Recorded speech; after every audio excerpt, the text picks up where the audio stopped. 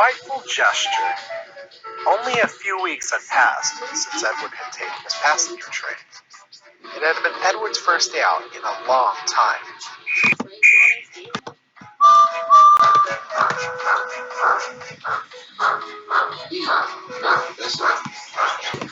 Plus, free doorstep delivery from participating stores. Shop Ashley today. Here's to the heroes, and here's to those.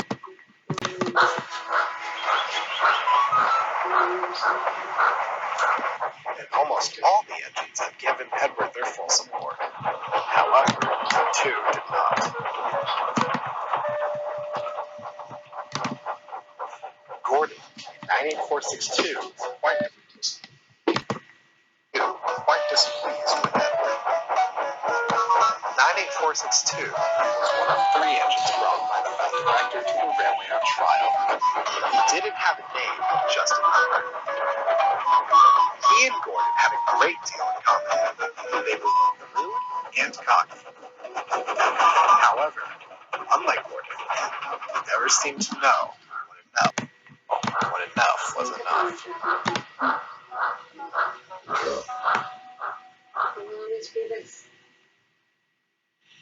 To know when enough was enough.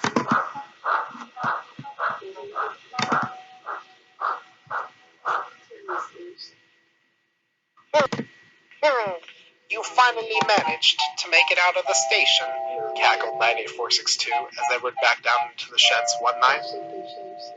Edward had just returned from his passenger run and was feeling quite proud. What a useless engine you are, Edward. I'm sure we'll be hearing plenty of complaints from the passengers tomorrow.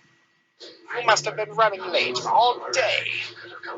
The others gave 98462 a foul look, but Edward just smiled. Actually, we were right on time. I'm very happy to be useful again, he chuckled. Edward knew that as long as he did not let 98462's word, the engine wouldn't berate him for long. And soon enough, not getting any sort of reaction out of Edward, the big blue bully drifted off to sleep. Edward arrived at the big station to collect his first passenger train. When he arrived, he saw that there were no coaches.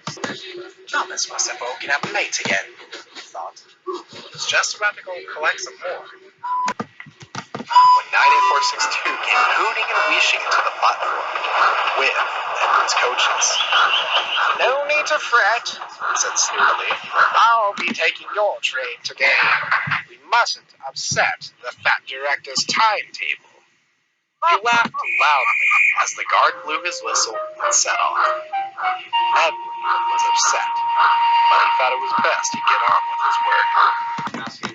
With the soapy, scrubbing, and red sand.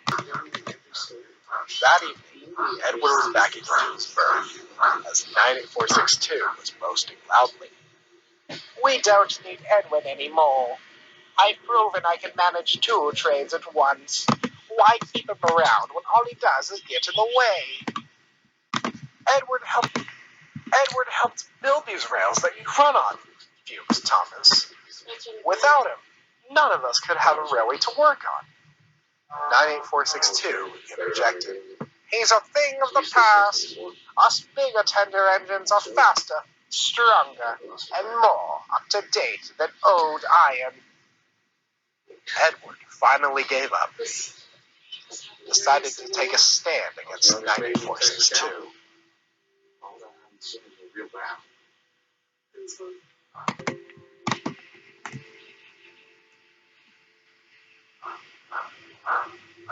The next morning, he woke up earlier than usual to collect his coaches and make it to the platform before 98462. The yard was silent, and Edward felt sure he had beaten him.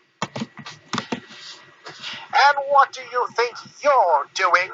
Fussed 98462. Edward tried to sound brave. Collecting my coaches for my passenger train.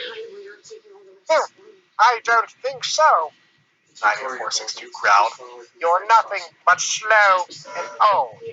You are going to sit in the shed and wait to be sent away. Or even better, scrapped. Before Edward could say another word, 9462 backed out into his line, being coupled up to his coaches. Edward's heart sank, but not for long. And just what do you think you're doing? Bellowed a familiar voice. It was the fat director. Collecting my train, sir.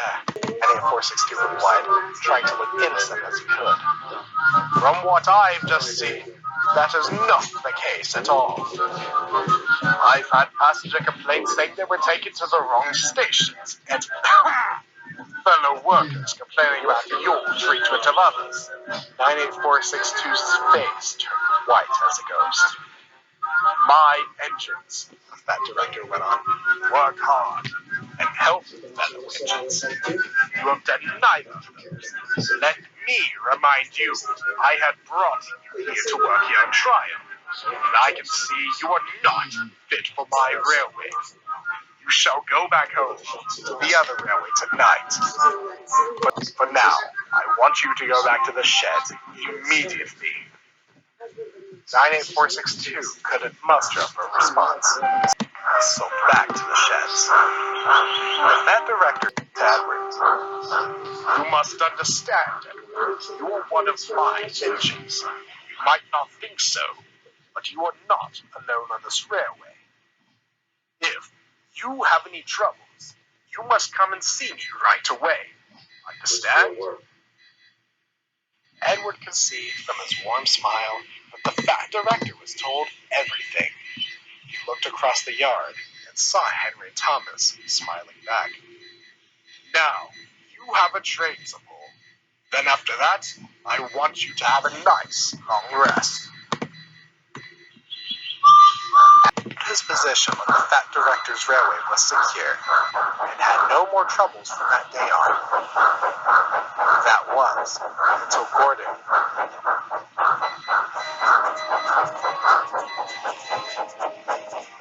I mustn't say any more, or I shall spoil the next story.